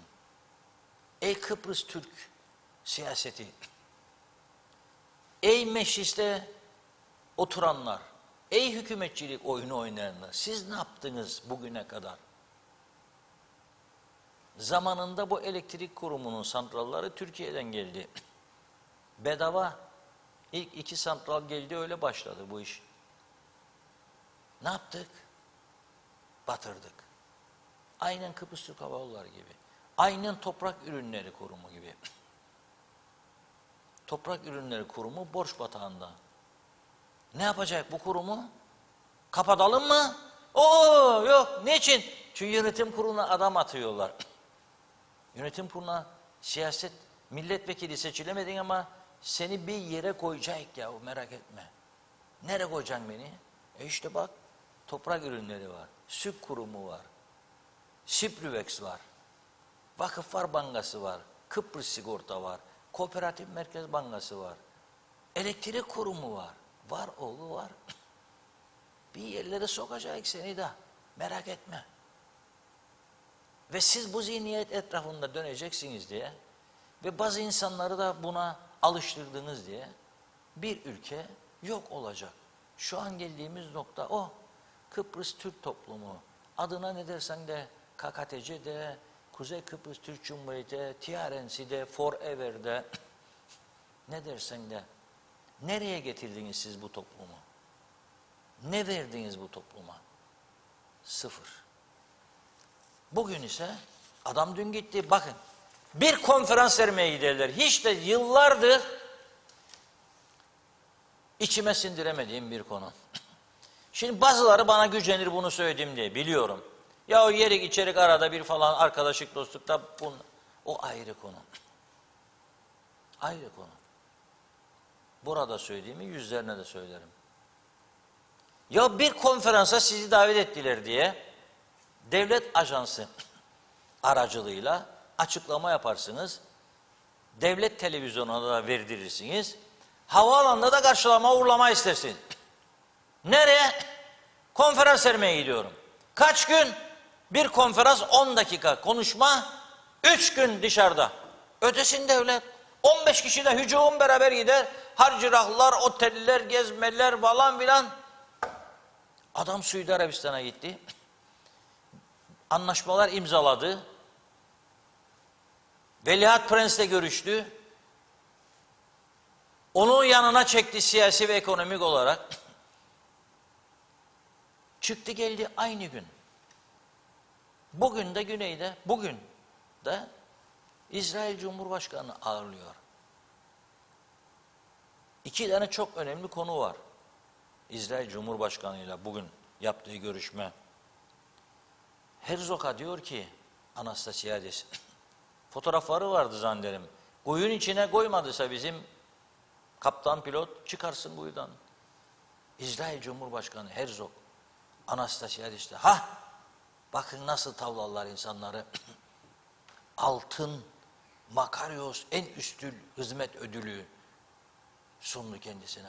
Altındır verdiği. Biz altınları anlarsınız değil mi? Bizde altın olsa ne yaparız altını? Ben dururken ya vereceğim İsrail Cumhurbaşkanı altınları. Oo. Onun için biz buraya kadar iyi getirdik diyorum. Allah bundan sonrası için yardımcı olsun. Ne diyor adama? 2 tane. Bunu da bir taşla 2 kuş. Anlatıyor. Bizim ülkemiz işte 48 yıldır işgal altında. Bu doğalgaz, petrol çıktı. Biz bunları bir çözüm olsa sizinle birlikte zenginlik falan filan. Yardımcı olun bize diyor. Kıbrıs sorunu çözülsün. Ankara'ya gidiyorsunuz diyor. Gidiyor. Yunanistan'a gitti, Güney Kıbrıs'a geldi, Ankara'ya gidecek. Siz diyor bizim dostumuzsunuz, yardımcı olun diyor. Ve o da diyor ki tamam diyor mesajınızı aldım, Ankara'ya götüreceğim mesajı. 2. diyor istek. Ta ki bu çözüm falan da meselesi var, olmuyor işte Türkiye. Bizimle diyor bir anlaşma yaptıydınız. Amerika çekildi diyor. Siz diyor gücünüzü kullanın. Bu İsmet boru hattı yürürlüğe girsin. Güçlü bir destek. Nedir İsmet? İsrail gazının Güney Kıbrıs ve ondan sonra Yunanistan üzerinden Avrupa'ya gitmesi. Çok pahalı bir yöntem olmasına rağmen zorluyorlar. Çünkü aksi halde yarın bir çözüm olursa zorlayamayacaklar. Türkiye üzerinden gitmesi lazım. En avantajlı yol odur. Onunla zorluyor. Biz burada ne yapıyoruz? Ne yapıyoruz? Burada. Elektrik zammını, iflasları, tarihi geçmiş aşıları, hastanede bulunmayan ilaçları, kanser hastalarının çektiği çileleri konuşuyoruz. Elektrik kurumunun santrallarına akaryakıt koyacak paramızın olmadığını konuşuruz.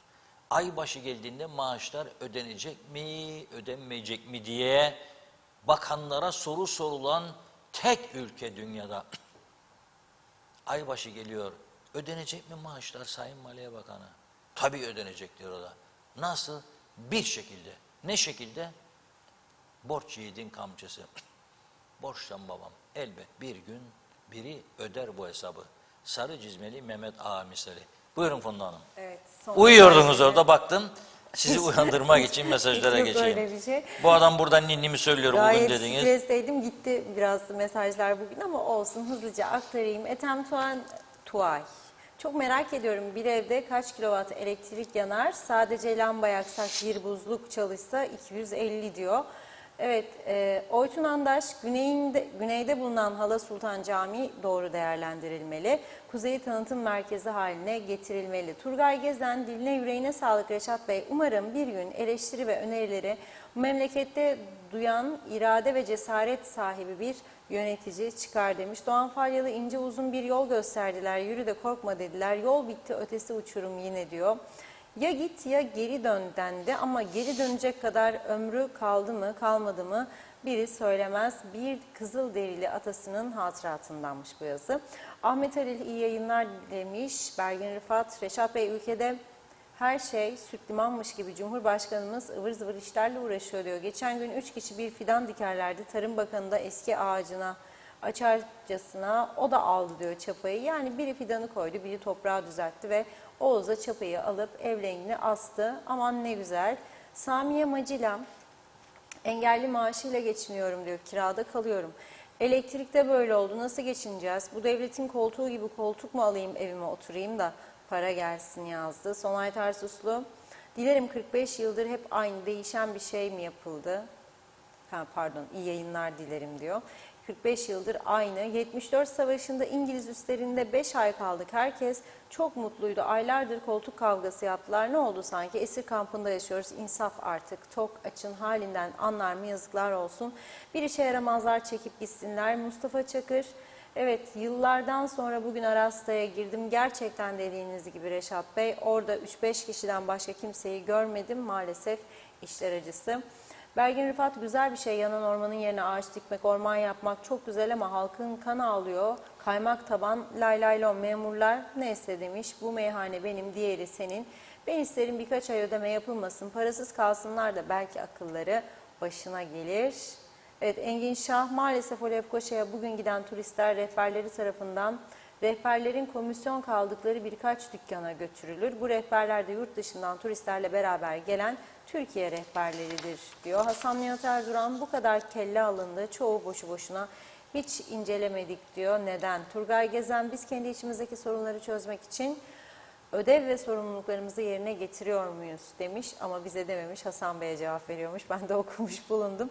Sayar Aker, çarşambayı şükür sel almadı, emniyet kemerini taktık, sağ salim TV 2020'ye ulaştık. Selçuk Uskan, tek çare özelleşecek, başka çare kalmadı diyor. Emine Özatilla, yazıklar olsun, memleketi tükettiler, bir de 5.000 lira maaş alacaklar, her yer battı. Düşünmezler, demezler maaşlarımızı aşağı çekelim, bizim gibi alsınlar da geçinsinler de sağcısı solcusu aynı karar alsınlar, maaşlarını indirsinler. Nerede o düşünce diyor. Haram olsun aldıkları maaş demiş. Evet, Nazime Nalbant'ın mesajı var. Funda Hanım, Reşat Bey, sizleri inanın severek her gün dinliyorum. Çok şükür artık testler de bitti. İnşallah artık ne PCR ne antijen isteyecekler. O zaman insanlar tatile de rahat rahat gidecekler diyor. Sayar Aker, her gün siyaset olmaz, bazen de müzik gelsin. 2020'de zamanlılar dinlensin. Mehmet George karşılığı süper şarkı, bizim gençlik şarkımız demiş.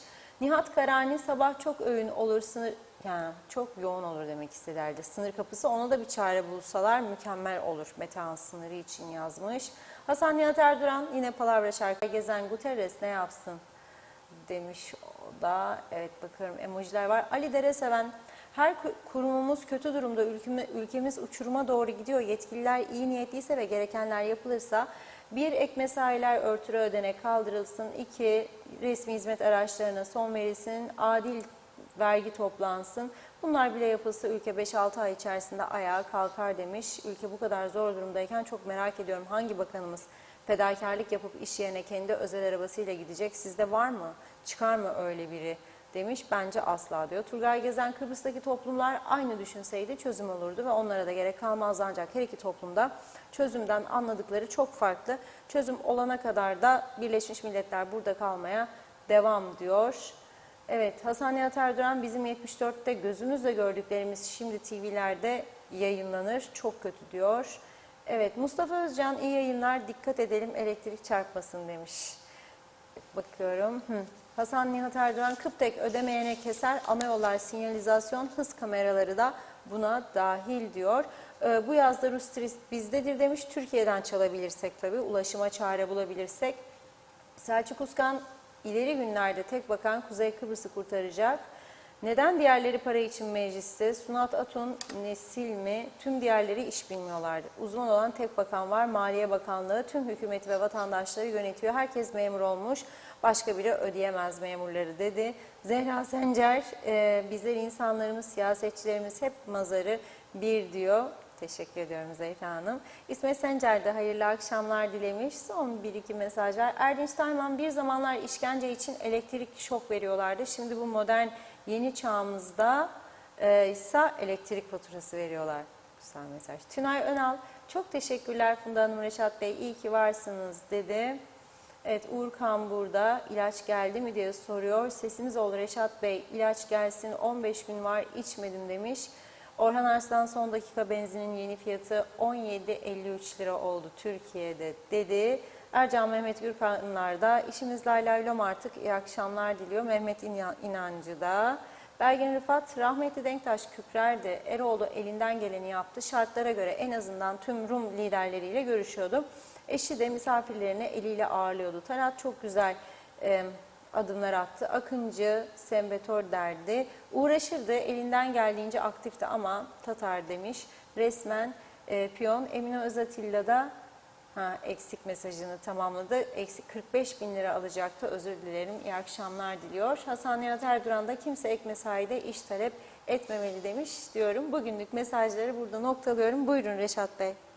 Evet. Programın başına demiştik ki Türkiye'de zam bekleniyor. Akaryakıt ürünlerine. Bu gece yarısından geçerli olmak üzere Türkiye'de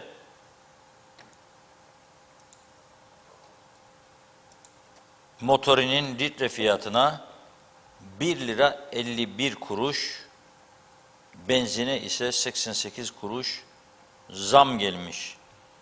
Bu yeni zamma göre Ankara'da benzinin litresi 17 lira 53 kuruşa çıkmış. İstanbul'da 16 lira 56 kuruşa. O 16 lira 56 kuruştan 17 lira 44 kuruşa fırlamış. İzmir 17.55'e çıkmış. 16.67'den benzinin fiyatını okudum size. 17.53 Ankara, 17.44 İstanbul, 17.55 İzmir. Motorinin fiyatı 17 lira 67 kuruşa yükselmiş. Bizim Kuzey Kıbrıs'ta ne olacağını bugün değilse yarın, yarın değilse o bir gün göreceğiz. Elektrik zamları yeni olduğu için birkaç gün beklemeye almış olabilirler. Güney Kıbrıs'a geçişlerde, oradan güneyden kuzeye, kuzeyden güneye geçişlerde yarından itibaren aşılı kişilerden PCR istenmeyeceğini söylemiştim. Bir haber de Türkiye'den geldi. Şimdi arkadaşlar önüme getirdi. Türkiye Sağlık Bakanı Fahrettin Koca, Bilim Kurulu toplantısının ardından yaptığı açıklamada artık diyor açık havada maske kullanmak zorunda değiliz.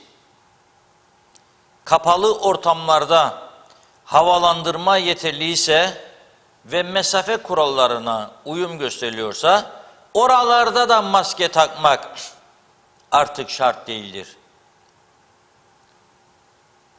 Yeni önlemler bu. Açılım sürüyor. Mart ayı içerisinde beklenen gelişmelerdi. Bunu da aktardım. Haber bültenimizde zaten çok az bir süre kaldı. Evet. Serkan Tetik arkadaşımız 18.45'te burada olacak. O da sizlere en son gelişmeleri aktaracak. Ama ben bir son dakika haberi daha aktarayım size. O da bugünkü test sayıları ve vaka sayılarıyla ilgili 12.097 test yapılmış. Bugün 404 vaka varmış. Sağlık Bakanlığı şimdi biz yayındayken açıkladı. Cep telefonumuza da düştü açıklaması. O yüzden ben de sizlere aktarıyorum. 12.097 test, 404 vaka. Ama artık günlüğümüz nedir? Önceliğimiz günlük yaşamda farkındaysanız korona bitti. Birinci öncelik elektrik zamları. Yarından sonra elektriği bastıracak akaryakıt zamları ve bu arada Rusya-Ukrayna arasındaki savaş. Bu savaşın da bir an önce durmasını bekliyoruz. Bugün Kuzey Kıbrıs'ta yaşayan Ukrayna vatandaşları da Girne'de savaşı kınayan bir eylem yaptılar. O eylemle ilgili haberlerimizi, fotoğraflarımızı, görüntülerimizi yarın Diyalog Gazetesi'nde yayınlayacağız. Haber bültenlerimizde de bulacaksınız. Bu kadarla bugünü noktalıyoruz. Yarın ama bütün konuya, komşuya, sizi sevenlere, sevmeyenlere şimdiden söyleyiniz. Çok önemli bir araştırma konusu. Ekonomik olaraktır ama hepimizi çok ilgilendirir. Hiç bugüne kadar yapılmamış bir araştırmayı tamamlayıp yarın sizlere burada sunacağız. Onun için bizi izlemeye devam ediniz diyorum. Evet, biz de size her zamanki gibi teşekkür ederek programımızı burada noktalıyoruz. Yarın yine aynı saatte görüşmek üzere, hoşçakalın.